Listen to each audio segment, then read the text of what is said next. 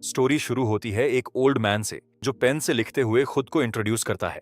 शल्तियार won the क्रेम्सले, अनक्स empire का chancellor. क्रेम्सले describe करता है कि वो लॉयल सर्वेंट है जिसने मास्टर की सेवा के प्लेजर को वैम्पायर किंग बनने की ग्लोरी से ऊपर रखा। वो कहता है कि वो अपने मास्टर की लिमिटलेस अचीवमेंट्स लिखने के लिए ये रिकॉर्ड छोड़ रहा है। कहानी शुरू हुआ था उस दिन से जब आसमान पर्पल लाइटनिंग से फटा था और उसी चमक के बीच एक आदमी दूसरी दुनिया से उतरा था। वो आदमी इस वर्ल्ड में आते ही एनक्स कॉन्टिनेंट को कॉन्कर करता है। सब लोग एनक्स कॉन्टिनेंट के एम्परर के नाम पर चीयर करते हैं और उसकी विक्ट्री सेलिब्रेट करते हैं। चांसलर क्रेम्सले अपने मास्टर के पास जाता है और कहता है कि अब सारी डिमेंशंस उसके कदमों में हैं। लेकिन एम्परर धीमी आवाज में कहता है कि आखिर में कोई भी उसके होमलैंड के बारे में कुछ नहीं जान पाया। क्रेम्सले उसे देखता है और समझ नहीं पाता कि मास्टर के भीतर कैसी उदासी है। क्रेम्सले नरेशन जारी रखता है। ये आदमी उसका मास्टर है जिसने केवल 50 सालों में पूरा कॉन्टिनेंट जीत लिया। क्रेम्सले बताता है कि उसका मास्टर इतनी पावर रखता है कि बस सोचने से लाखों डेड को कंट्रोल कर लेता है और उसकी तलवार माउंटेन्स को चीर देती है, यहां तक सीज को भी डिवाइड कर देती है। वो अनक्स एम्पायर का इमॉर्टल एम्परर है जो लिविंग और डेड दोनों का राजा है। क्रेम्सले लिखता है कि अनगिनत लोग उसकी पावर के आगे झुकते हैं और जो भी उसे चुनौती देता है वो अनडेड बनकर उसकी इटर्नल लॉयल्टी की कसम खाता है। ड्रैगन्स जिन्होंने कॉन्टिनेंट को टेरर में डाला था, डीमन किंग, डीमन वर्ल्ड के 7 आर्चड्यूक्स, मार्शल आर्ट्स वर्ल्ड का हेवनली डेमॉन, यहां तक कि वर्ल्ड ट्री का स्पिरिट किंग भी सब उसके सामने गिर चुके हैं।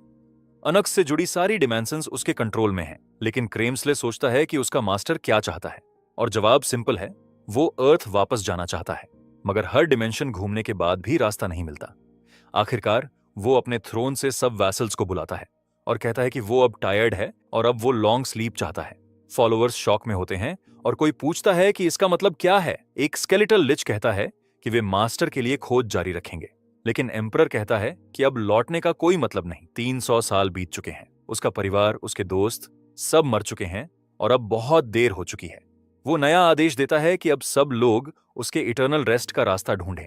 पैलेस में रोने की आवाजें गूंजती हैं, लेकिन एम्परर का ऑर्डर कोई नहीं बदलता। एम्परर के ऑर्डर पर सीनियर लिचेस एक विशाल डिसइंटीग्रेशन मैजिक सर्कल बनाते हैं जो सब कुछ डिवॉर कर सकता है। एम्परर उसे देखता है और कहता है कि शायद अब वो सबको फिर से देख सकेगा। वो अकेला उस डिसइंटीग्रेशन मैजिक सर्कल की ओर बढ़ता है। क्रेम्सले पीछे दौड़ता है, उसे पुकारता है और कहता है कि वो मौत में भी उसकी सेवा करेगा।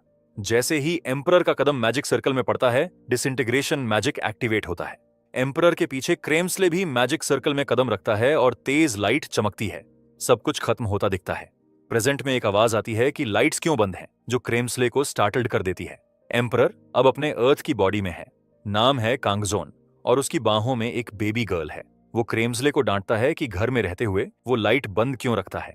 क्रेम्सले अब मॉडर्न स्पोर्ट्स वेयर पहने सिर पकड़कर कहता है कि सबसे अंधेरी रात में भी एक कैंडल सूरज से ज्यादा चमकती है।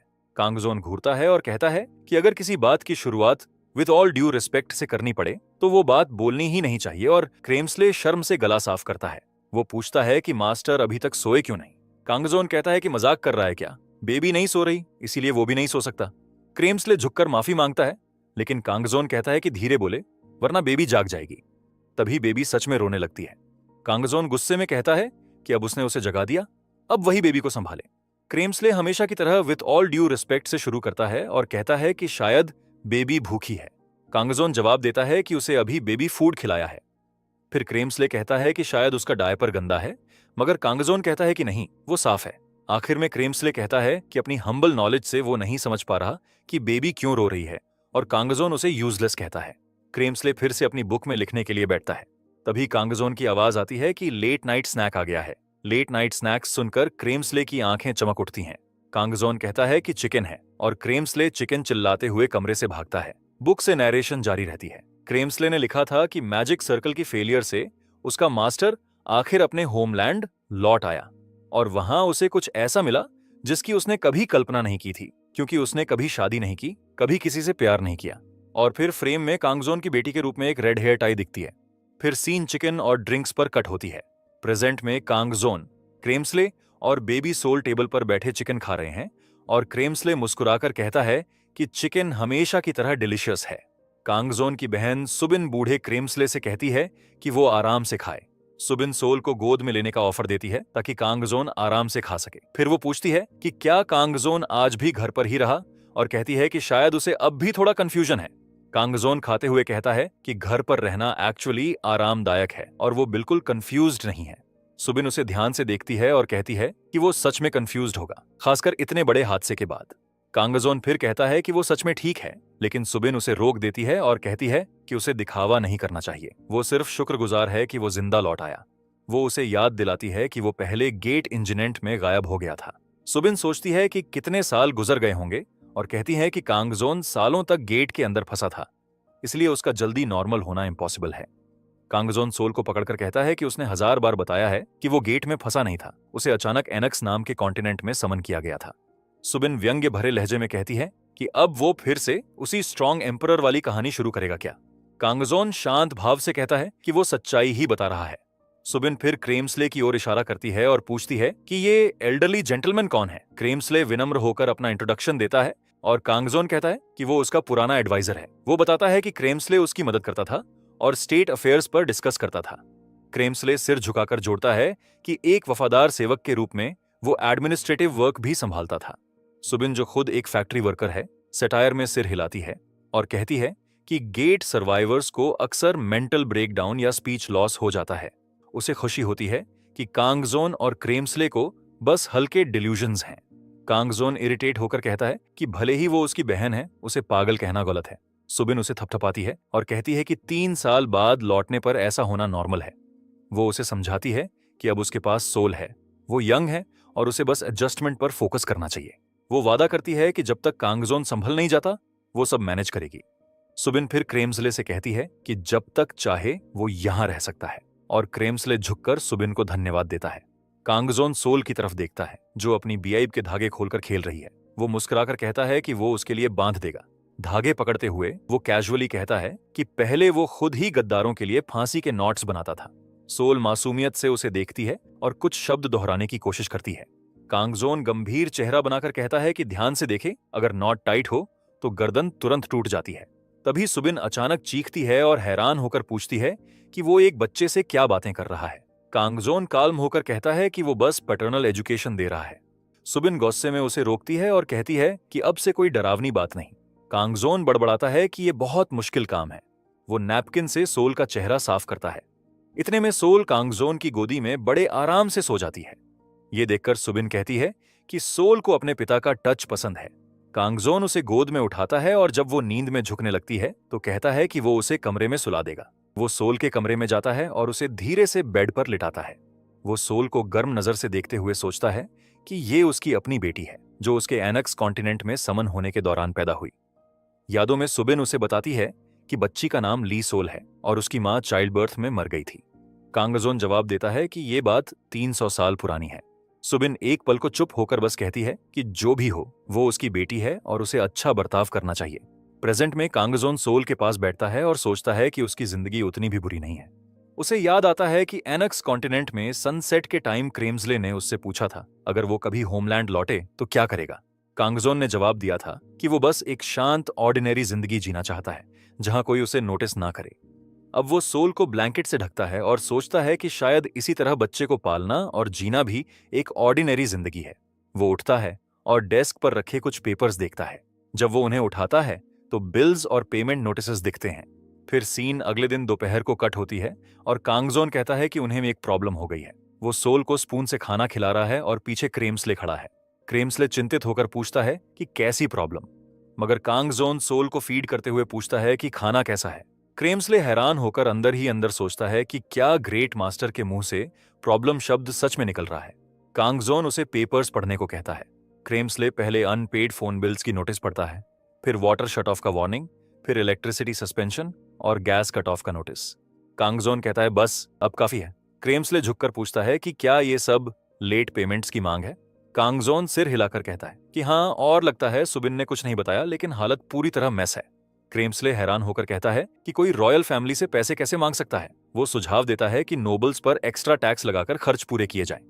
कांगजोन हंसी रोक नहीं पाता और सिर पकड़कर जोर से हंसने लगता है, जबकि क्रेम्सले डर जाता है और समझ नहीं पाता कि मास्टर को क्या हो गया। कांगजोन मिस्चीवस स्माइल के साथ कहता है कि इस दुनिया में उनकी हालत एनक्स के स्लेव्स जैसी है। वो कहता है कि यहाँ उन्हें मेहनत करनी पड़ती है, दूसरों की सर्विस करनी पड़ती है और बदले में थोड़ा सा पैसा मिलता है। क्रेम्सले शॉक में खड़ा रहता है। एक रॉयल वैम्पायर लिनियज का आर्च ड्यूक जो कभी राज्य चलाता था, अब यहाँ एक मामूली आदमी बन गया है। वो घुटनों पर गिरकर इस स्लेव वाली बात को हजम नहीं कर पाता। वो खुद को संभालने की कोशिश करता है और तय करता है कि असली फॉलोअर वही है जो कठिन समय में भी लॉयल्टी साबित करे। वो घुटनों पर झुककर कहता है कि वो फिर से एम्पायर खड़ा करने में मदद करेगा ताकि कांगजोन एक बार फिर थ्रोन पर लौट सके।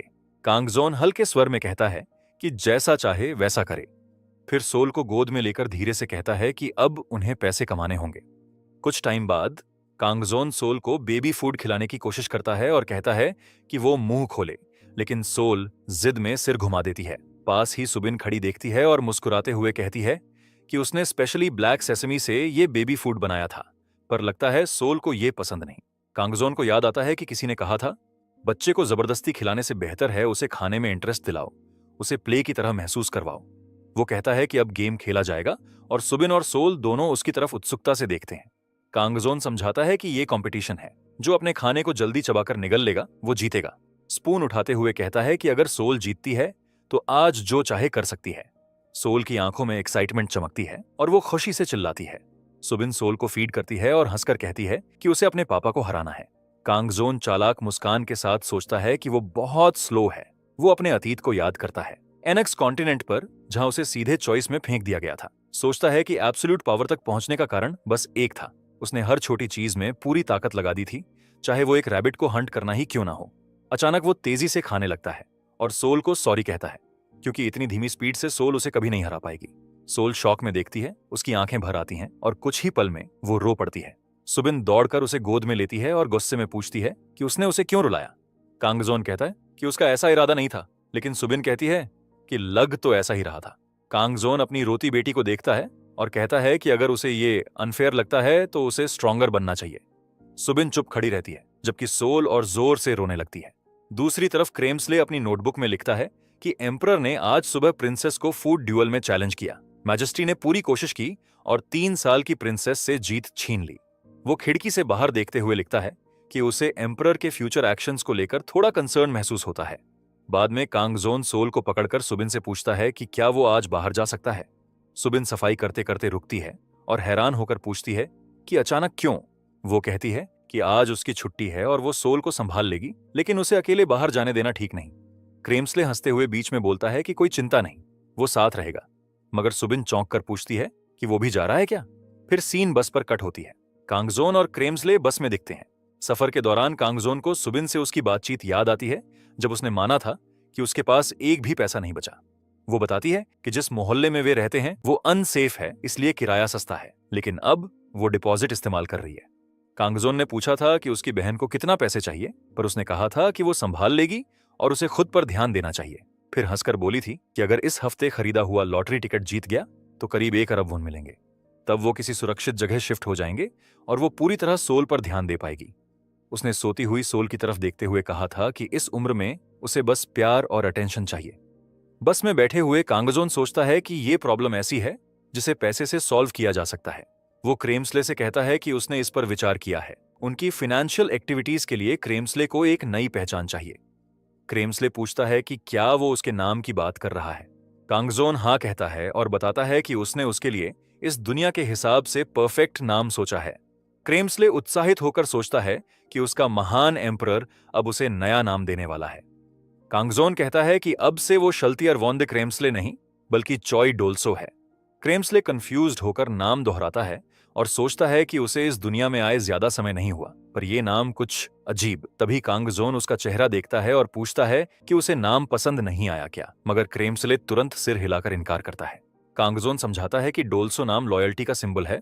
डोल मतलब रॉक, सो मतलब स्टील, और ये नाम सबसे लॉयल फॉलोअर्स को दिया जाता है। वो कहता है कि अगर पसंद ना हो तो बदल देगा, लेकिन क्रेम्सले जल्दी से बोल पड़ता है कि वो कैसे एम्परर के दिए नाम की वैल्यू पर सवाल उठा सकता है। कांगजोन कहता है कि अच्छा है, उसे नाम पसंद आया, और मन ही मन सोचता है कि ये नाम बोंगू गेदोंग से तो कहीं बेहतर है, जो पहला नाम था जो उसके दिमाग में आया था। फिर बस शहर के स्टेशन पर रुकती है और कांगजोन कहता है कि अब वो पहुंच गए हैं और उन्हें उतरना चाहिए। डोल्सो यानी क्रेम्सले उतरते हुए आसपास देखता है और पूछता है कि अब कहाँ जा रहे हैं। कांगजोन जवाब देता है कि वो लोग गेट की ओर जा रहे हैं। डोल्सो की आंखें चमक उठती हैं। वो सोचता है कि गेट जरूर किसी मॉन्स्टर से भरी जगह होगी। वो हंसकर कहता है कि मास्टर ने बहुत सही डिसीजन लिया। कांगजोन पूछता है कि वो इतना एक्साइटेड क्यों है। डोल्सो फिलोसोफर अंदाज में कहता है कि चाहे तलवार कितनी भी महान क्यों ना हो, अगर उसे लंबे समय तक शीत में रखो तो वो डल और रस्टी हो जाती है। वो जोड़ता है कि इतने समय बाद फिर से बैटलफील्ड पर लौटने की सोच ही उसे थ्रिल देती है। चलते चलते कांगजोन कहता है कि शायद ये काम थोड़ा मुश्किल होगा, क्योंकि वे अंदर हंटर्स की तरह नहीं बल्कि पोर्टर्स की तरह जाएंगे। ये सुनकर डोल्सो कंफ्यूजन में रुक जाता है। कांगजोन समझाता है कि हंटिंग करने के लिए रजिस्ट्रेशन कार्ड चाहिए, जिसकी कीमत पर पर्सन 1 मिलियन वॉन है। ये सुनकर डोल्सो सड़क पर घुटनों के बल बैठ जाता है और कहता है कि उसके मास्टर किसी हालत में पोर्टर का काम नहीं करेंगे। लोग रुककर देखने लगते हैं और कांगजोन कहता है कि ड्रामा बंद करे क्योंकि सब देख रहे हैं। लेकिन डोल्सो जिद में कहता है कि चाहे गले पर तलवार रख दी जाए, वो ये नहीं होने देगा। कांगजोन का चेहरा धीरे धीरे अंधेरा पड़ता है और वो इंपोजिंग आवाज में पूछता है कि क्या सच में उठेगा नहीं। फिर तेज लहजे में पूछता है कि क्या वो मरना चाहता है। डोल्सो डर जाता है और उसे याद आता है हेवनली डेमन, जो मास्टर की वार्निंग अनसुनी करके खत्म हो गया था। वो तुरंत उठता है और माफी मांगता है। कांगजोन उसके कंधे पर हाथ रखता है और कहता है कि वो जानता है ये सब उसकी लॉयल्टी से आया है। फिर उसे शांत करता है कि पोर्टर का डेली वेज करीब 3 लाख वॉन है। बस कुछ दिन काम करके रजिस्ट्रेशन फी और बिल्स भर लेंगे, फिर ये जॉब छोड़ देंगे। तभी सीन के बाहर कोई दूसरे आदमी की साउंड आती है। वो आदमी पास आता है, हंटिंग क्लोथ्स में, पीठ पर बैकपैक लटकाए, और पूछता है कि क्या वे आज के डी रैंक गेट के पोर्टर एप्लीकेंट्स हैं। फिर सीन पर्पल ग्लो से जगमगाता गेट के पास कट होती है। गार्ड्स और कुछ पासर बाय गेट के चारों ओर स्प्रिटेड होते हैं। कांगजोन सरप्राइज से देखता है कि लोग गेट के पास से ऐसे गुजर रहे हैं जैसे कुछ हुआ ही नहीं। किम बोंगू नाम का सी रैंक हंटर आगे आता है और उन्हें बाकी हंटर्स से मिलवाता है। एक बड़ा बॉल्ड हंटर ली बोंगचुल झुंझलाते हुए कहता है कि ओल्ड मैन और स्किनी बॉय जैसे पोर्टर्स कैसे काम कर सकते हैं। डोल्सो शांत रहते हुए कहता है कि उम्र सिर्फ एक नंबर है, वो काम कर सकता है, और खुद का इंट्रोडक्शन देने लगता है। लेकिन बोंगचुल मॉक करते हुए बीच में कट करता है। बोंगचुल समझाता है कि पोर्टर्स का काम इतना कठिन है कि इवन स्ट्रांग लोग इसे संभाल नहीं सकते, और पूछता है कि ओल्ड मैन और स्किनी बॉय यहाँ क्या करेंगे। डोल्सो मास्टर की तरफ विस्पर करता है कि क्या उन्हें मार देना चाहिए, लेकिन कांगजोन फर्मली कहता है कि अभी टाइम नहीं आया। कांगजोन याद दिलाता है कि पोर्टर्स के रूप में उन्हें सिर्फ कुछ दिन काम करना है ताकि आईडी कार्ड्स के लिए पैसा जमा कर सकें। डोल्सो अब मास्टर की सोच समझ पाता है और एडमिरेशन के साथ सोचता है कि उसे लगभग मिस्टेक हो जाता अगर विजडम नहीं होती। कांगजोन आगे बढ़कर पूछता है कि स्क्वाड का लीडर कौन है, और बोंगू जवाब देता है कि वो लीडर है। कांगजोन पूछता है कि क्या बोंगू उनके अनरिलायबल अपीयरेंस के कारण हायर करने में हेजिटेट कर रहा है, और बोंगू एडमिट करता है। मगर कांगजोन बोलता है कि वे इतने स्ट्रांग हैं कि उन्हें कोई ट्रबल नहीं होगा। बोंगू हेजिटेशन में सोचता है कि क्या करे, फैमिली हॉस्पिटल में है और बहुत पैसे की जरूरत है। आखिरकार वो डिसाइड करता है कि उन्हें टीम में एक्सेप्ट करेगा क्योंकि गेट मिस नहीं कर सकता। बोंगचुल शॉक से देखता है, मगर बोंगू समझाता है कि ये डी रैंक गेट है और कोई बड़ा एक्सीडेंट नहीं होगा क्योंकि वो दोनों हैंडल कर सकते हैं। बोंगू फाइनेंशियल सिचुएशन याद करता है, माँ की हॉस्पिटल बिल्स, बहन की एकेडमी फीस, फील्ड ट्रिप के खर्च, और बोंगचुल अनिच्छा से सहमत होता है। बोंगू धन्यवाद देता है और बोंगचुल कहता है कि धन्यवाद की जरूरत नहीं, और साथ में एफ रैंक हंटर भी है। बोंगचुल रीजनिंग देता है कि एफ रैंक हंटर फाइटिंग में उपयोगी नहीं होगा, लेकिन लज्जुन उठाने में मदद कर सकता है। कांगजोन ध्यान से देखता है और सोचता है कि कोई और भी है। तभी बोंगचुल एफ रैंक हंटर की ओर देखता है और उसे दौड़ने के लिए कहता है। एफ रैंक हंटर पंटिंग करते हुए आता है और अपोलोजाई करता है। बोंगचुल कॉफी लेता है और बैकग्राउंड में कांगजोन सोचता है कि लोअर रैंक्ड हंटर को सर्वेंट की तरह ट्रीट किया जा रहा है। अर्थ अब एनक्स कॉन्टिनेंट से अलग नहीं, जहां स्ट्रॉन्ग वीक को प्रे करते हैं। फिर बोंगचुल बैग्स जमीन पर फेंकता है और शाउट करता है कि सब क्या कर रहे हैं। बोंगचुल एफ रैंक हंटर से रूड होकर कहता है कि पोर्टर्स की मदद के लिए पीछे रहो। बोंगचुल कंटिन्यू करता है कि एफ रैंक हंटर के फ्रंट में जाने से सिर्फ हिंड्रेंस होगा, और एफ रैंक हंटर समझ जाता है। फिर बोंगचुल मुड़कर कांगजोन को इग्नोरेंट कहता है और फिंगर पॉइंट करते हुए वार्निंग देता है कि वहां उसे अपनी लाइफ की चिंता करने का लग्जरी नहीं है, इसलिए उन्हें स्लो करने की हिम्मत मत करना। वो सेम चीज डोल्सो को भी बोलता है और डोल्सो एंग्री होकर सोचता है कि ये इंसोलेंट स्काउंड्रल ऐसे कैसे बोल सकता है। फिर बोंगचुल आगे बढ़ता है और एफ रैंक हंटर बैग्स उठाते हुए बताता है कि वो हैवीएस्ट लगेज उठाएगा। कहता है कि वो एफ रैंक है, लेकिन अवेकेंड है जो कॉम्बैट में यूजलेस हो सकता है, लेकिन बैग्स आसानी से उठा सकता है। कांगजोन उसकी बात को अग्री करते हुए बैग हैंड ओवर करता है। फिर कांगजोन के घूरने पर वो हंटर पूछता है कि कांगजोन उसे इस तरह क्यों स्टार कर रहा है। कांगजोन सीरियसनेस के साथ एडवाइस देता है कि आज पैसा कमाना है, इसलिए कोई ट्रबल नहीं चाहिए, जिससे हंटर कंफ्यूज्ड हो जाता है। कांगजोन शार्प गेज देता है और हंटर को कहता है कि आज उसे कम से कम एंड तक वीक और नाइव होने का एक्ट करना है। वो कोल्डली कहता है कि सिर्फ लगेज उठाओ और क्वाइटली वापस जाओ। फिर वो डोल्सो से चलने को कहता है और डोल्सो अग्री करता है।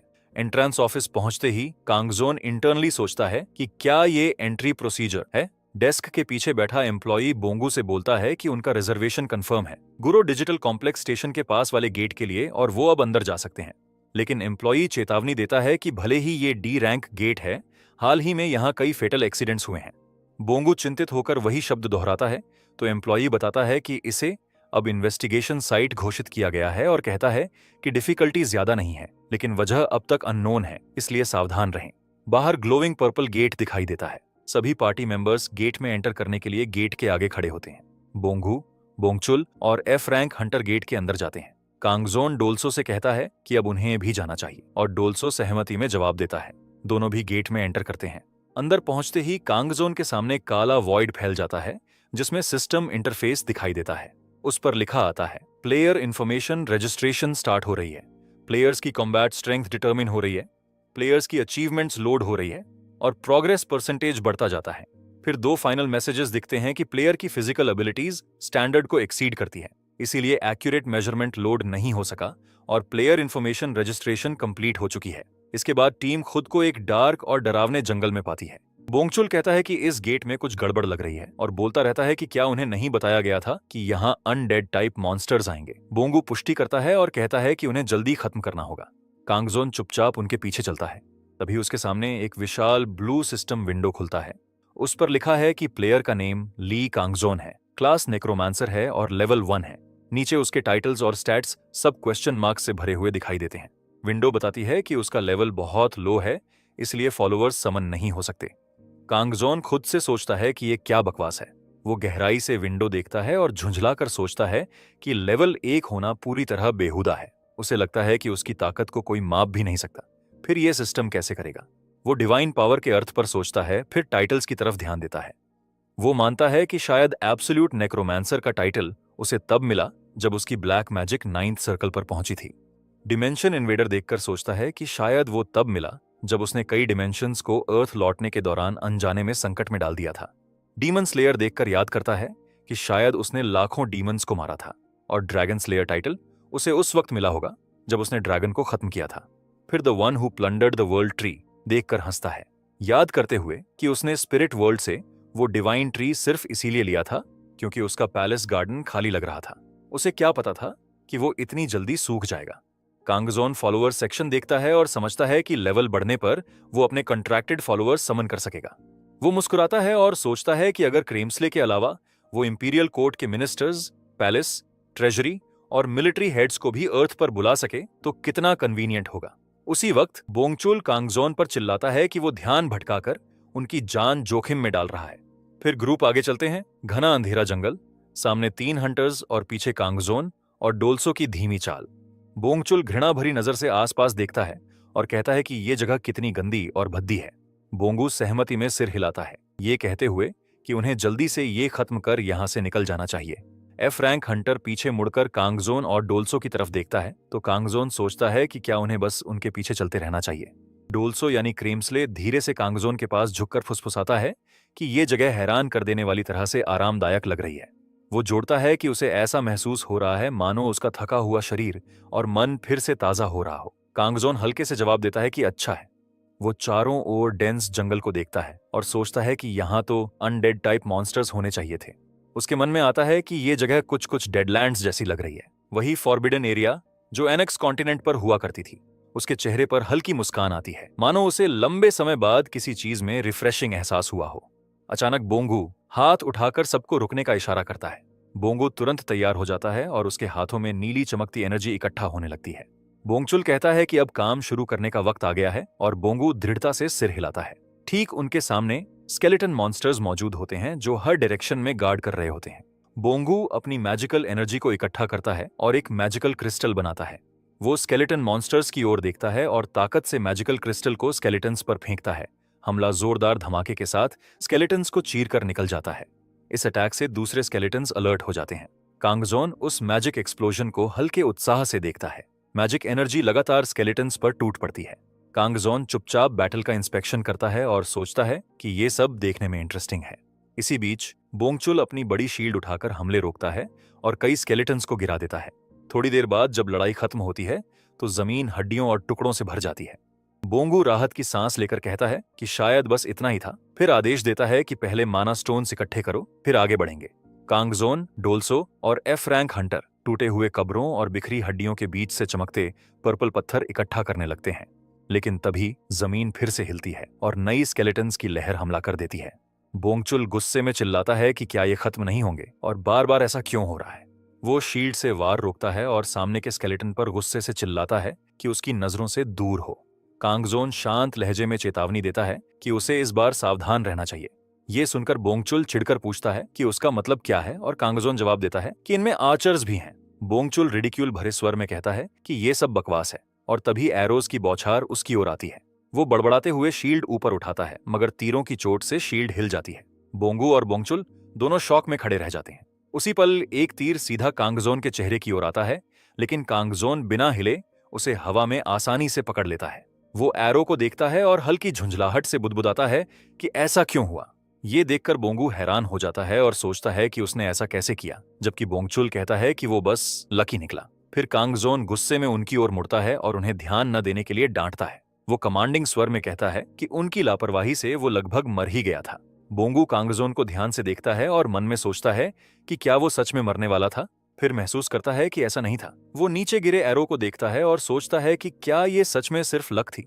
इसी बीच और स्केलेटन्स हमला कर देते हैं।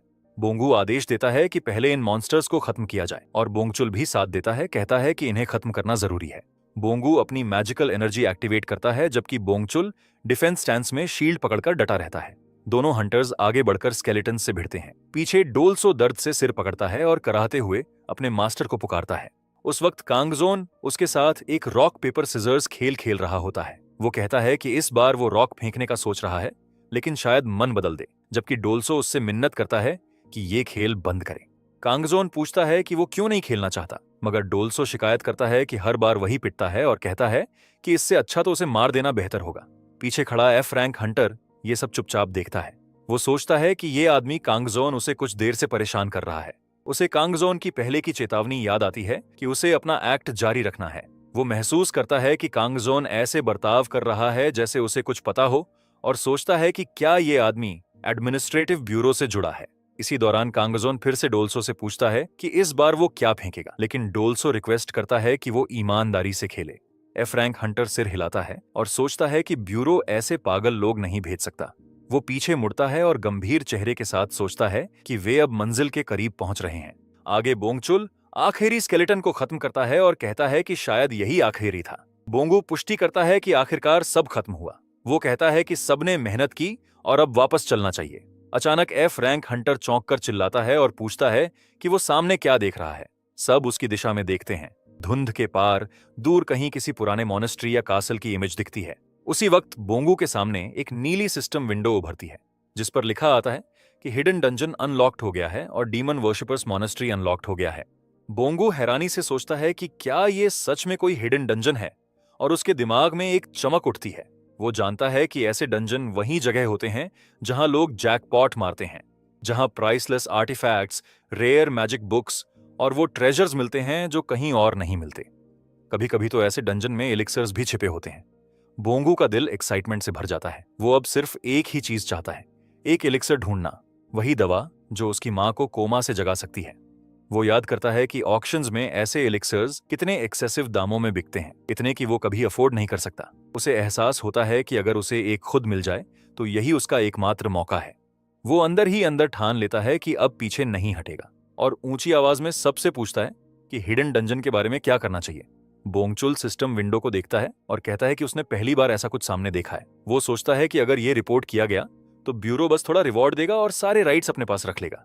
बोंगू सुझाव देता है कि जब वो यहां तक आ ही गए हैं तो क्यों ना इसे खुद खत्म किया जाए। बोंगचुल शक में पड़ जाता है और पूछता है कि क्या उसे सच में लगता है कि उनकी ये टीम इसे पूरा कर पाएगी, और साफ कह देता है कि असली पावर तो बस उन्हीं दो में है।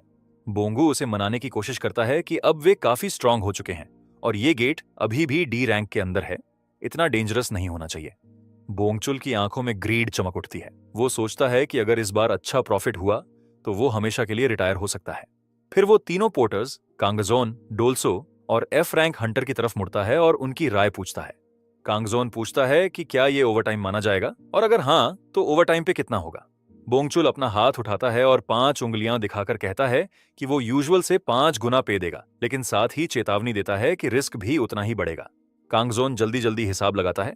3 लाख वॉन का डेली वेज अब 1,500,000 वॉन हो जाएगा। कांगजोन तुरंत खुशी से मान जाता है और एफ्रैंक हंटर थोड़े डर के साथ उसकी हाँ में हाँ मिलाता है। बोंगचुल सिर हिलाता है और कहता है कि डील तय हो गई और रेड शुरू होने की घोषणा करता है और बोंगू हामी भरता है। तीनों पोर्टर्स हंटर्स के पीछे चलते हैं और जैसे जैसे वे उस गॉथिक स्टाइल मोनेस्ट्री के पास पहुंचते हैं, एफ रैंक हंटर के चेहरे से एक ठंडी डरावनी ऑरा हवा में फैलती है। बोंगू धीरे से कहता है कि इस गेट में सच में कोई डरावनी एनर्जी है और फिर आगे बढ़कर घोषणा करता है कि वो सबसे पहले अंदर जाएगा। टीम विशाल दरवाजों से अंदर एंटर करती है। कांगजोन नोटिस करता है कि अंदर बहुत अंधेरा है। बोंगू सिर हिलाते हुए कहता है कि सबको सावधानी से आगे बढ़ना चाहिए। वे कुछ ही कदम चलते हैं कि अचानक दरवाजे खुद ब खुद बंद होने लगता है। बोंगू चिल्लाता है कि दरवाजा बंद हो रहा है और बोंगचुल घबराकर पीछे मुड़ता है और सोचता है कि क्या वे फंस गए हैं। दरवाजा पूरी तरह बंद हो जाता है। ये देखकर बोंगचुल खुद दरवाजे को धक्का देने के लिए पीछे दौड़ता है, लेकिन वो हिलता तक नहीं। गुस्से में वो दरवाजे पर मुक्का मारता है और समझ जाता है कि जब तक ये जगह मॉन्स्टर से साफ नहीं होती तब तक दरवाजा नहीं खुलेगा। बोंगू शांत होकर याद दिलाता है कि वे तो शुरुआत से ही इसे पूरा करने आए थे। कांगजोन अंदर ही अंदर सोचता है कि वर्स्ट केस में ये बस एक बैरियर स्पेल है जिसे वो चाहे तो तोड़ सकता है और कहता है कि अब चलने का वक्त है।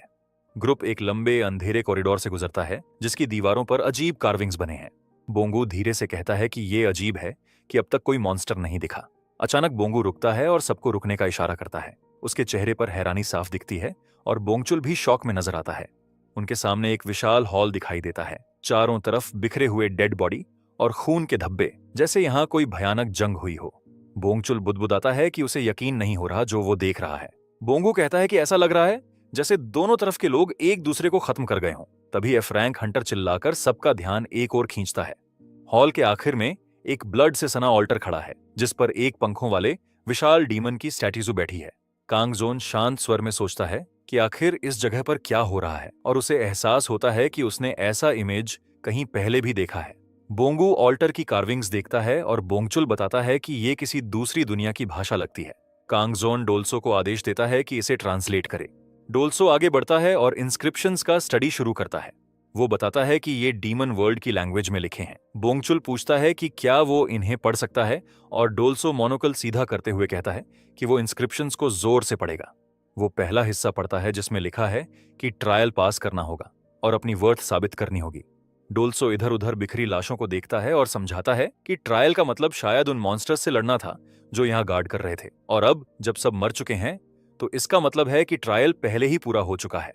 डोल्सो आगे पढ़ता है जहां लिखा है कि फेथ और लॉयल्टी साबित करने के लिए 10 जीवित आत्माओं की बलि ऑल्टर पर चढ़ानी होगी। बोंगचुल घृणा से कहता है कि ये कैसा पागलपन है। डोल्सो कामली आगे पढ़ता रहता है। उस प्लाक में लिखा है कि हेल के गार्डियन की डिसेंट होगी और जो भी उसे झुककर अपॉलॉजी मांगेगा सिर्फ वही जीवित लौट पाएगा। डोल्सो ऑल्टर की ओर एडमिरेशन से देखता है और उसे ये फैसिनेटिंग लगती हैं। वो बताता है कि ये ऑल्टर एक समनिंग स्पेल से एन्चांटेड है, इतना शक्तिशाली कि किसी हाई लेवल डीमन को भी बुला सके।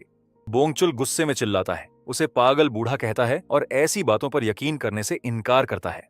डोल्सो शांत स्वर में पास की कैंडल्स दिखाता है और बताता है कि वहां की सिंबल्स फायर ऑफ हेल को दर्शाती हैं। वो समझाता है कि ये इटर्नल फ्लेम है जो लाइफ फोर्स पर पलती है और डीमंस को समन करने के लिए ये एक कॉमन कैटलिस्ट होती है। डोल्सो बताता है कि हर फ्लेम एक व्यक्ति की लाइफ लेती है और ऑल्टर पर 9 कैंडल्स पहले से जल रही हैं। इसका मतलब है कि 9 बलियां दी जा चुकी हैं। बस एक और लाइफ, फिर रिचुअल पूरा हो जाएगा। बोंगचुल पूछता है कि क्या ये सब किसी डीमन को बुलाने और उससे दया की भीख मांगने का तरीका है, और डोल्सो पुष्टि करता है कि प्लाक में यही लिखा है। बोंगचुल घबराते हुए ताना मारता है कि क्या सब सच में इस बात पर विश्वास कर रहे हैं। तभी एफ्रैंक हंटर आगे बढ़ता है और उसका चेहरा गहरा पड़ चुका है। वो कहता है कि अब फैसला लेने का वक्त आ गया है और बोंगचुल उलझन में पूछता है कि उसका मतलब क्या है। एफ्रैंक हंटर की आवाज भारी हो जाती है।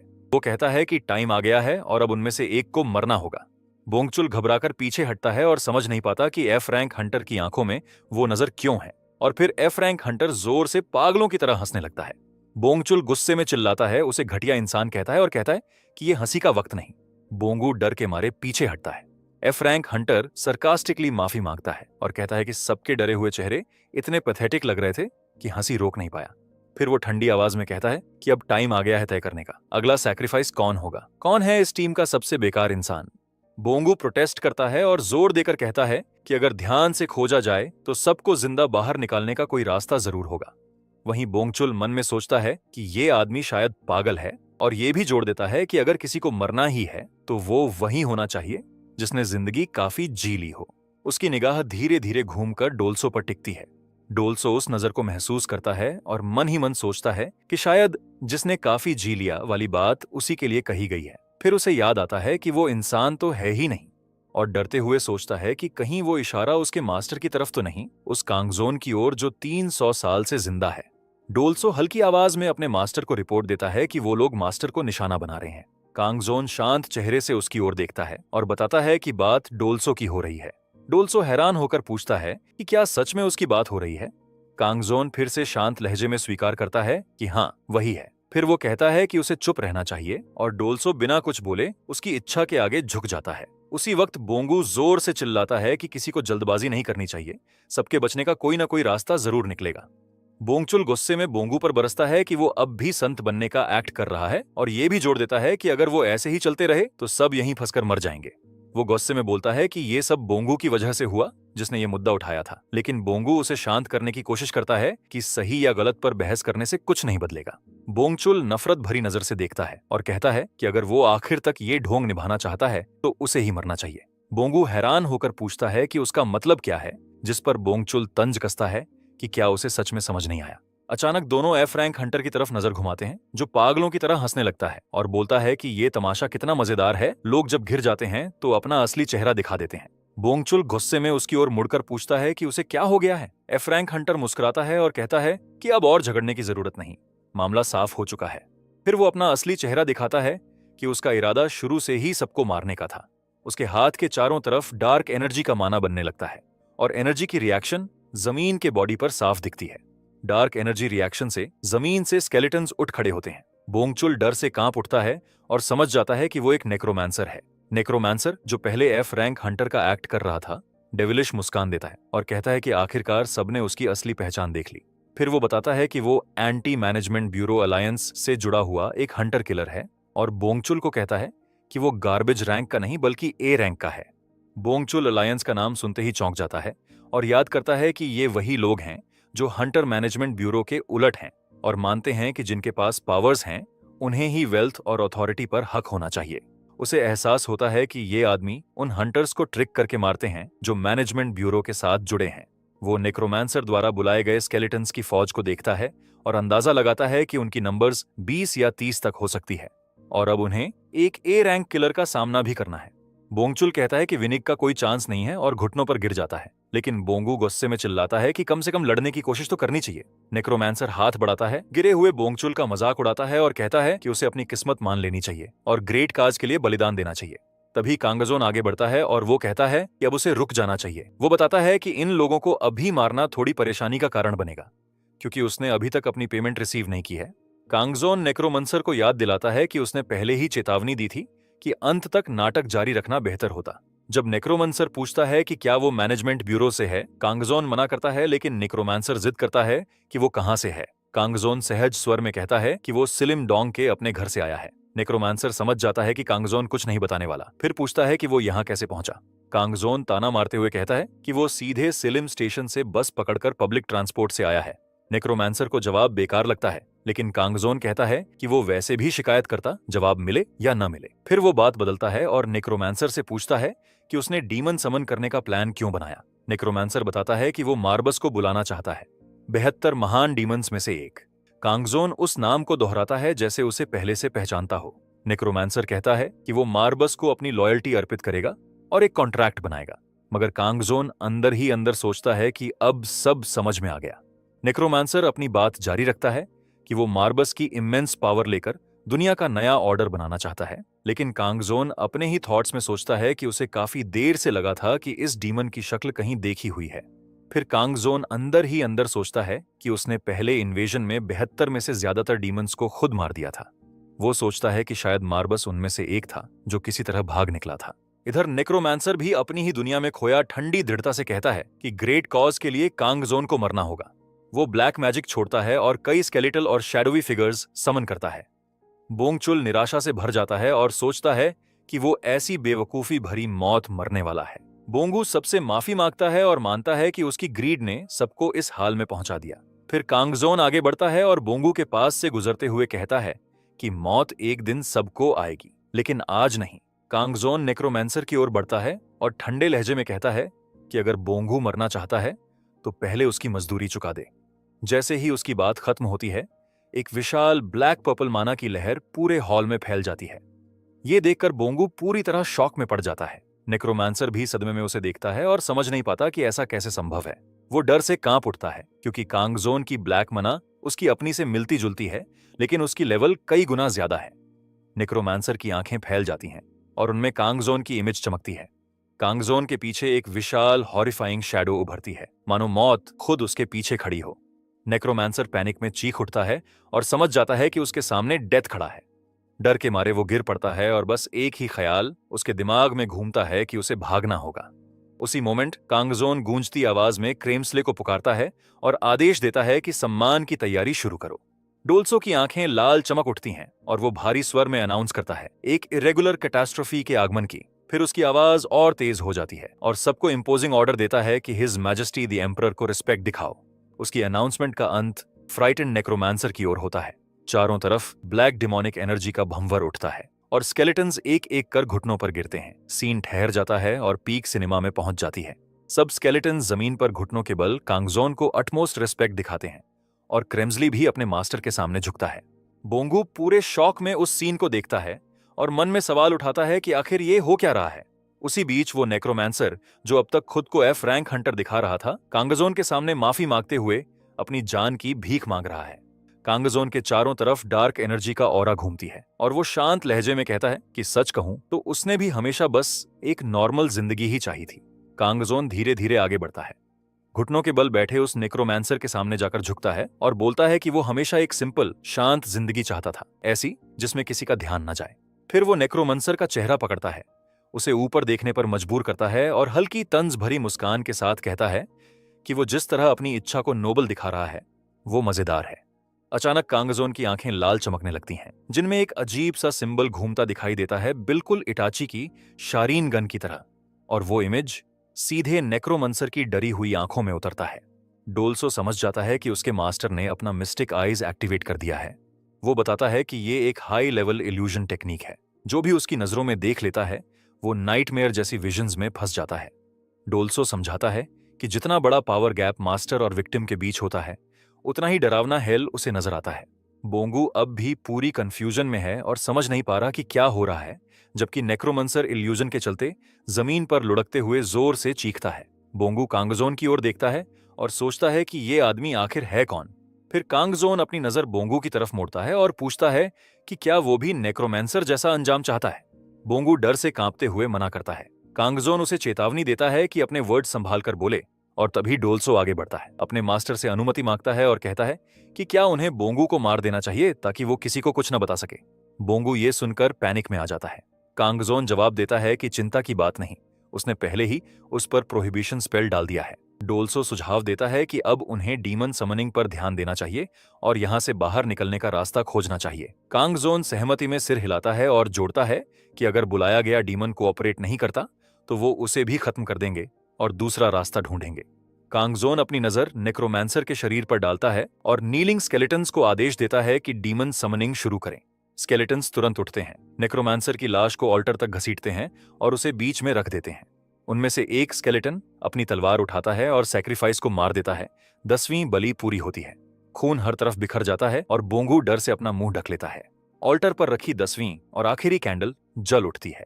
उसी पल ऑल्टर से एक जबरदस्त डार्क एनर्जी फूट पड़ती है जो बोंगू को पीछे धकेल देती है। ऑल्टर के ऊपर एक विशाल पंखों वाला गार्गोइल जैसा डरावना मॉन्स्टर उभरता है और उसका शरीर कांपता है मानो सदियों की नींद से जागा हो। कांगजोन उस क्रीचर को देखता है और हल्के सैटायर के साथ कहता है कि उसका एंट्रेंस काफी इंप्रेसिव है। उसी टाइम समंड डीमन मार्बस अपने भीतर की यादों में खोया हुआ है। सदियों पहले वो दिन याद करता है जब उसने अपने ही ब्रदर्स के एक्सटर्मिनेशन को अपनी आंखों से देखा था। कुछ ही बचे थे जो रेल्म्स में भागकर जिंदा रह पाए। वो याद करता है कि उस वॉर में अपनी पावर खोने के बाद वो एक कमजोर भगोड़ा बन गया था जो अनगिनत डिमेंशंस में भटकता रहा। लेकिन उसकी एक ही चीज ने उसे जिंदा रखी, बदले की जलती हुई इच्छा। वो गरजता है और उसकी आवाज हॉल को हिला देती है। वो पूछता है कि कौन उसकी समनिंग की हिम्मत करता है, कौन उस 72 डीमंस में से एक हेल की गेट कीपर से पैक्ट करने की सोच रहा है। वो कहता है कि ये जगह उसकी पावर फिर से बनाने के लिए परफेक्ट है। वो अनाउंस करता है कि वो ऑफर एक्सेप्ट करेगा। तभी कांगजोन उसे देखता है और कहता है कि अब उसे याद आ गया कि वो कौन है। मार्बस थोड़ा उलझता है और सोचता है कि ये आवाज जानी पहचानी लग रही है। कांगजोन हल्की मुस्कान के साथ पूछता है कि क्या वो वही है जो उस टाइम सबसे पहले भागा था। मार्बस की आंखें डर से फैल जाती हैं और धीरे से बुदबुदाता है कि क्या वो सच में इमॉर्टल है। कांगजोन हल्के सार्केज्म के साथ कहता है कि अगर कोई काफी देर तक जिए तो उसे सबसे फिर मुलाकात हो ही जाती है। वो जोड़ता है कि उसे यहां देखकर थोड़ा मजा आ रहा है। डरा हुआ मार्बस पूछता है कि इमॉर्टल इस बेकार और वीरान डिमेंशन में क्या कर रहा है, और कांगजोन सहज लहजे में जवाब देता है कि ये उसकी होम टाउन है।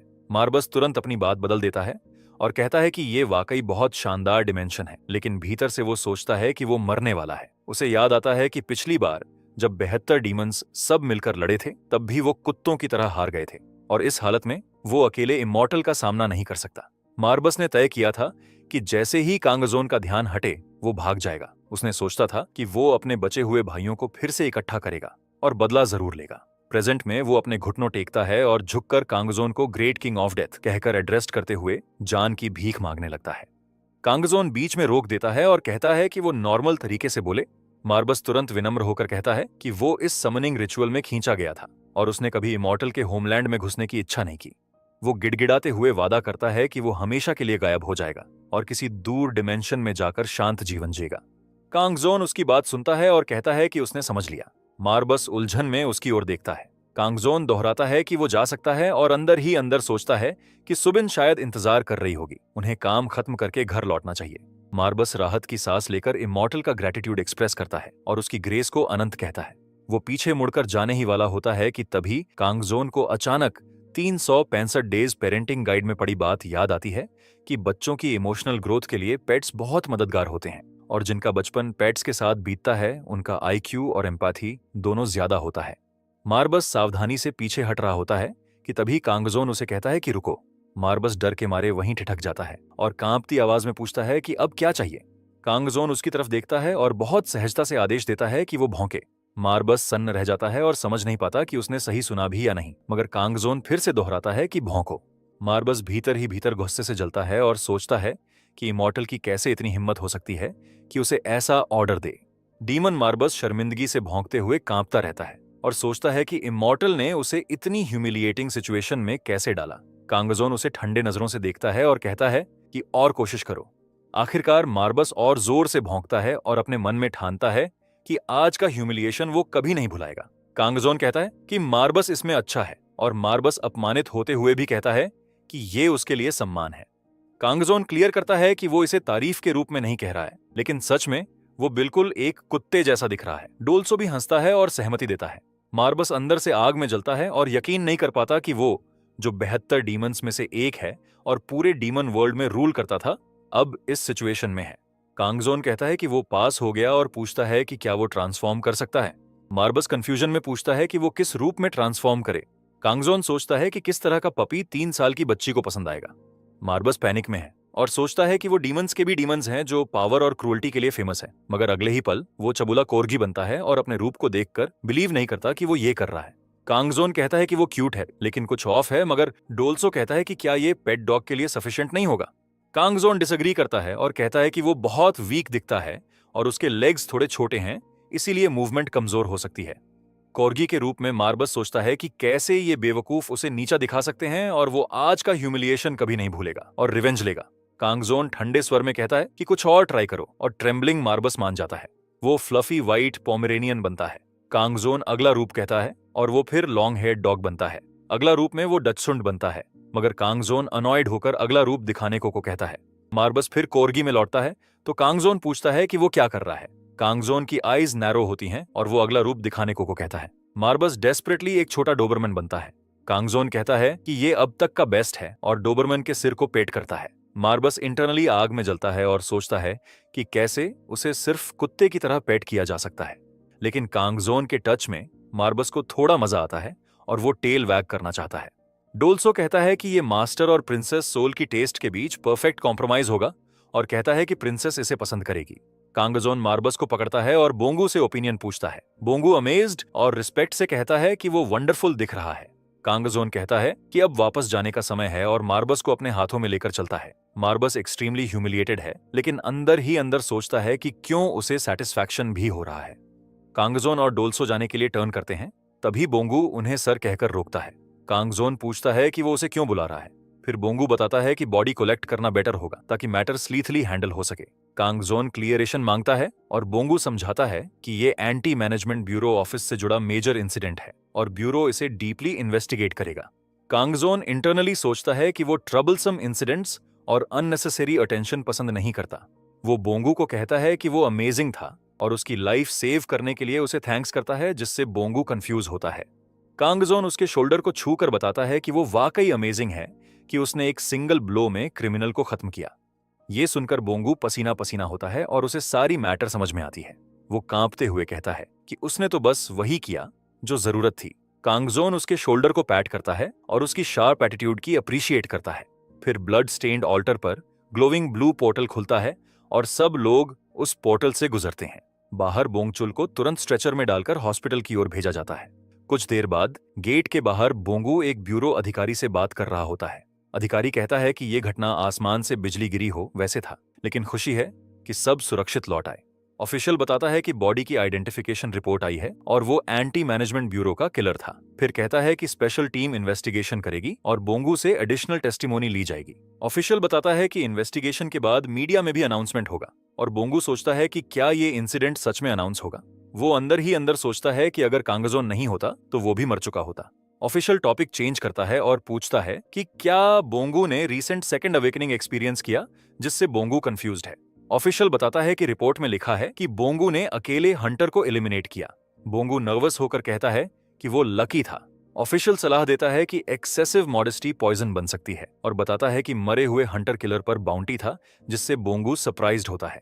ऑफिशियल कंफर्म करता है कि बाउंटी हंड्रेड्स ऑफ मिलियंस में था और ब्यूरो लाइकली उसे रिवॉर्ड करेगा। ऑफिशियल एक्साइटमेंट बढ़ाता है और कहता है कि मेजर गिल्ड्स कॉल करेंगे और बोंगू ओवरनाइट स्टार बन जाएगा। वो हेडलाइंस की कल्पना करता है, नेशनल हीरो सी रैंक रूकी बोंगू, जिसने A rank killer single blow में एलिमिनेट किया।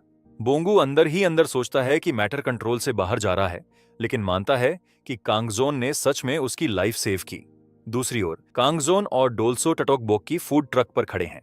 बोंगू डिस्टेंस से फूड एंजॉय करते कांगजोन और डोल्सो को देखता है और सोचता है कि उस पर्सन की ट्रू आइडेंटिटी क्या है। बोंगू सोचता है कि कांगजोन ने ए रैंक किलर को बिना फिंगर उठाए सबड्यू किया। बोंगू याद करता है कि बॉस मॉन्स्टर डेफिनेटली पैथेटिक रूप से अपनी लाइफ के लिए बेक कर रहा था। बोंगू सोचता है कि कांगजोन पोर्टर के डिस्ग्यूज में क्यों है और क्या कांगजोन ब्यूरो से फॉजिटिव है, लेकिन अपनी थॉट डिसमिस करता है क्योंकि अगर ऐसा होता तो वो उसे भी मार देता। बोंगू अंदर ही अंदर कंक्लूड करता है कि कांगजोन कम से कम इस रैंक है और सोचता है कि भले ही वो उसकी ट्रू आइडेंटिटी गेस न कर पाए, लेकिन उसे कांगजोन का डिसाइपल हर हालत में बनना चाहिए ताकि वो स्ट्रांग बन सके और एलिक्सिर हासिल कर सके। कुछ टाइम बाद बोंगू कांगजोन और डोल्सो को अप्रोच करता है और उन्हें उनके पेमेंट देता है। कांगजोन पूछता है कि क्या उसने ज्यादा पैसे दिया है और बोंगू कहता है कि ये प्रॉमिस से ज्यादा है, लेकिन कांगजोन ने उसकी लाइफ सेव की है। कांगजोन पैसे एक्सेप्ट करता है और कहता है कि वो इसे अच्छे से यूज करेगा और अगर फेट फिर कभी मिलाए तो शायद वो फेवर रिटर्न करेगा। कांगजोन और डोल्सो जाने के लिए टर्न करते हैं, तभी बोंगू उन्हें रोकता है और मील का ऑफर देता है, मगर कांगजोन रिफ्यूज करता है और कहता है कि उसकी फैमिली इंतजार कर रही है और सजेस्ट करता है कि ये किसी और टाइम किया जाए। बोंगू इंटरनली डेस्परेट होकर सोचता है कि वो ये अपॉर्चुनिटी नहीं छोड़ सकता और कांगजोन को बस 30 मिनट के लिए एक ग्लास सोजू के लिए मनाता है। कांगजोन सडन शॉक में मुड़ता है, फिर पूछता है कि क्या उसने सच में सोजू कहा। सोजू की स्पार्कलिंग बॉटल सीन में दिखाई देती है जब बोंगू हेजिटेंट होकर कंफर्म करता है कि हाँ। कांगजोन इंटरनली सोचता है कि हाँ, अर्थ में सोजू एग्जिस्ट करता है। वो याद करता है कि जब वो एनक्स कॉन्टिनेंट का एम्परर था उसने हर फेमस अल्कोहलिक बेवरेज ट्राई किया, लेकिन किसी का टेस्ट सोजू जैसा नहीं था। उसने सालों तक सोजू का टेस्ट रिक्रिएट करने की कोशिश की थी, लेकिन मैटर उसकी स्किल से बाहर था। प्रेजेंट में कांगजोन बोंगू की प्रपोजल अग्री करता है और कहता है कि वे सोजू साथ में लेंगे। सब लोग ग्रैंडमा के हैंगओवर सूप रेस्टोरेंट में मूव करते हैं। सब सोजू की कप चीयर्स करते हैं। कांगजोन सोजू का शॉट लेता है और महसूस करता है कि यही टेस्ट था जिसकी उसे याद थी। सामने डोल्सो उत्साह से गुगबाब सूप खाता है और कहता है कि ये रियल डील है। सेंसेशन हॉट, डिलिशियस और स्पाइसी है, जैसे लावा में डाइव कर रहा हो। वो अप्रिशिएशन दिखाता है और कहता है कि टेस्ट डिमोनिक और इनडिस्क्राइबेबली गुड है। जबकि बोंगू उन्हें देखता है और सोचता है कि वे ऐसे एक्टिंग कर रहे हैं जैसे उन्होंने 10 साल से सोजू या हैंगओवर सूप टेस्ट ही नहीं किया, और पूछता है कि क्या और मंगाए। कांगजोन और डोल्सो एंथुजियास्टिकली नॉड करते हैं और बोंगू इंटरनली सोचता है कि उन्हें सच में रियल हेल से गुजरना पड़ा होगा। बोंगू रेस्टोरेंट ओनर को कॉल करता है और एक्स्ट्रा सोजू बॉटल और एक और बोल गुगबाप मांगता है। डोल्सो एल्डरली वुमन की तरफ टर्न होता है, उसे मैडम कहता है और उसकी सैक्रिफाइस अप्रिशिएट करता है, लेकिन कहता है कि हेल्थ से ज्यादा इंपॉर्टेंट क्या हो सकता है, और रिक्वेस्ट करता है कि वो अपना केयर करे। ग्रैंडमा ब्लश होकर देखती है और पूछती है कि क्या वो उसे जानता है। फिर कूली कहती है कि अगर फ्लर्टिंग कर रहा है तो बंद करे और बस खाए। डोल्सो कहता है कि किच की चिंता मत करो, और रेड सूप को देखकर सोचता है कि वो इस प्राइसलेस सैक्रिफाइस का एक भी बाइट वेस्ट नहीं करेगा। वुमन इंटरनली सोचती है कि ये आदमी क्या बोल रहा है, और डोल्सो खुद ही इंटरनली कन्विंस्ड है कि उस वुमन ने अपने ब्लड सैक्रिफाइस करके इतना अच्छा डिश बनाया, अभी क्या है। बोंगू नोटिस करता है और इंटरनली सोचता है कि शायद डोल्सो रो रहा है, लगता है कि उसने टफ लाइफ बिताई होगी। मीनवाइल कांगजोन, जो खाना और ड्रिंक में बिजी है, बोंगू की तरफ टर्न करता है और पूछता है कि वो क्यों नहीं खा रहा। बोंगू कहता है कि धीरे धीरे खा रहा है, फिर पोलाइटली करेक्ट करता है कि उसका नाम बोंगू है। कांगजोन कहता है कि उसे सर मत कहो, बस उसे कांगजोन भाई कहो, और बोंगू अग्री करता है। फिर बोंगू कांगजोन से पूछता है कि क्या वो उसे डिसाइपल बना सकता है। कांगजोन अस्टॉनिशमेंट में रिपीट करता है और फिर कोल्ड कैटेगोरिकल रिफ्यूजल करता है। बोंगू डिसअपॉइंटेड लेकिन सरप्राइज्ड नहीं होता और इंटरनली सोचता है कि यही उसने एक्सपेक्ट किया था। वो एक्सप्लेन करता है कि वो एफ रैंक हंटर था, मगर कांगजोन सूप बाउल उठाते हुए इंटरनली सोचता है कि वो सैड स्टोरीज सुनना पसंद नहीं करता, लेकिन मील के बदले सुन सकता है। बोंगू एक्सप्लेन करता है कि वो हंटिंग क्विट नहीं कर सकता क्योंकि सिस्टर की ट्यूशन, लिविंग एक्सपेंसेस और मदर के हॉस्पिटल बिल्स के लिए पैसे चाहिए। वो ऐड करता है कि मदर को क्योर करने के लिए उसे हीलिंग एलिक्सर चाहिए। कांगजोन सरप्राइज में रिपीट करता है और इंटरनली सोचता है कि अगर वही एलिक्सर है जिसका वो सोच रहा है तो एनक्स के इंपीरियल ट्रेजरी में डजन्स बॉटल्स स्टोर्ड हैं। बोंगू कन्फेशन कंटिन्यू करता है कि एलिक्सर रेयर है, टेंस या हंड्रेड्स ऑफ बिलियंस में बिकता है और मनी से खरीदा नहीं जा सकता। ये सुनते ही कांगजोन सूप पीते हुए अचानक चोक करता है और वायलेंटली कॉफ करते हुए कहता है कि उसे कुछ एलिक्सर लाना चाहिए था।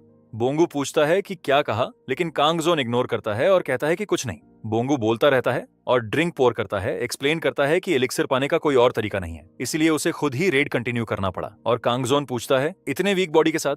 बोंगू कंफर्म करता है और एक्सप्लेन करता है कि वो कई बार ऑलमोस्ट मर गया और इंजरीज के कारण मंथ्स बेड रिडन रहा, लेकिन फिर भी ट्राई करता रहा और समहाउ सी रैंक में प्रमोट हुआ। कांगजोन कमेंट करता है कि बोंगू की लाइफ नोवेल की मेन कैरेक्टर जैसी है और बोंगू सोचता है कि क्या सच में ऐसा लगता है, और ऐड करता है कि गेट्स अपीयर होने से पहले सभी हैप्पी थे और इसी कारण लास्ट ब्रीथ तक फाइट करना पड़ा। ये कहते हुए बोंगू रोना शुरू करता है। कांगजोन साइलेंटली उसे देखता है और तभी बोंगू कहता है कि उसे जल्दी स्ट्रांग होना होगा क्योंकि उसकी माँ के पास टाइम कम है। वो बो करते हुए फिर से डिसाइपल बनने की रिक्वेस्ट करता है, बस एक चांस चाहता है और कहता है कि कुछ भी करने को तैयार है। कांगजोन उसे बोंगपो कहता है और पूछता है कि ग्रोन मैन क्यों सबके सामने रो रहा है। बोंगू अपोलोजाइज करता है और करेक्ट करता है कि नाम बोंगू है। कांगजोन कहता है कि रोना बंद करो, शोल्डर्स स्ट्रेटन करो और प्राउड फील करो। बोंगू स्ट्रेट खड़ा होता है और बात मान लेता है। कांगजोन उसे बोंगते कहकर पुकारता है और पूछता है कि क्या वो सच में कुछ भी करने को रेडी है, और बोंगू इंथुजियास्टिकली कंफर्म करता है कि वो सब कुछ करेगा और इंटरनली सोचता है कि बोंगते भी अच्छा नाम है। कांगजोन वॉर्न करता है कि इजी नहीं होगा और टास्क्स लिस्ट कहना शुरू करता है, क्लीनिंग, लॉन्ड्री, कुकिंग, बच्चों की देखभाल, डॉग वॉक करना। फिर पूछता है कि क्या वो हैंडल कर सकता है। बोंगू इंटरनली कंफ्यूज्ड है कि टास्क्स स्ट्रेंजली स्पेसिफिक हैं, लेकिन तुरंत अग्री करता है कि सब कर सकता है। कांगजोन कहता है कि ये अच्छा है, सिस्टर का बर्डन थोड़ा लाइटन होगा क्योंकि वो डेली हार्ड वर्क करती है। फिर ऐड करता है कि वो उसकी आइडेंटिटी बोरो करना चाहता है। बोंगू शॉक्ड है और इंटरनली सोचता है कि आइडेंटिटी से क्या मतलब है। कांगजोन एक्सप्लेन करता है कि उसका मतलब अवेकेंड रजिस्ट्रेशन कार्ड है, जिससे रजिस्ट्रेशन फीस बचेंगी। इंटरनली कांगजोन सोचता है कि वो गेट रेड्स बोंगू के नाम से बुक करेगा, पोर्टर की तरह उसके साथ जाएगा और मॉन्स्टर्स खुद हैंडल करेगा। इस तरह मनी का कंसर्न नहीं होगा। वो इंटरनली सोचता है कि हाई रैंक गेट्स क्लियर करने के बाद भी वो फेम और हैसल से बच सकता है। वो कंक्लूड करता है कि आखिर में बोंगपाल उसके जगह फेमस हो सकता है। वो फिर से नाम गलत सोचता है और फिर से बोंगू से पूछता है कि क्या वो ये कर सकता है।